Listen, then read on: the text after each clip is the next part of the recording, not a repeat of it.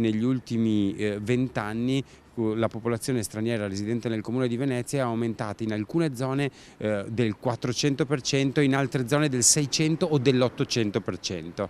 In 2 decenni il numero di stranieri residenti a Mestre è aumentato del 631%, a Marghera dell'867%, un record. E come a Marghera, anche a Mestre più di un residente su 4 è straniero. In pochissimi anni grosse porzioni del comune di Venezia hanno completamente cambiato faccia.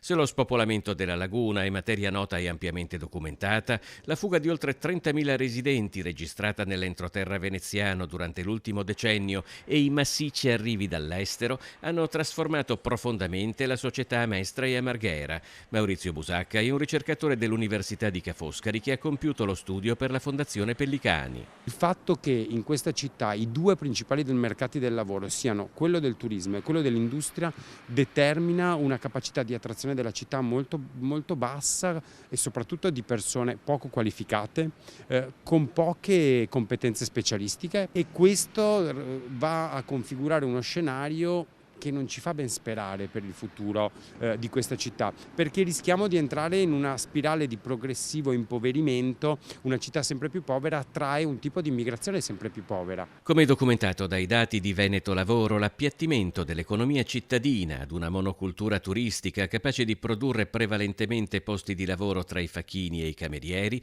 ha provocato a Mestre e Marghera fughe e arrivi di residenti con una rapidità impressionante e, secondo i dati del Ministero dell'Economia e delle Finanze, reso Venezia il comune con il reddito pro capite più basso dell'intero nord-est, oltre ad averne modificato nelle fondamenta il tessuto sociale. Il fatto che questo fenomeno sia limitatamente governato determina una presenza di numerosi conflitti che poi noi vediamo quotidianamente nelle piazze.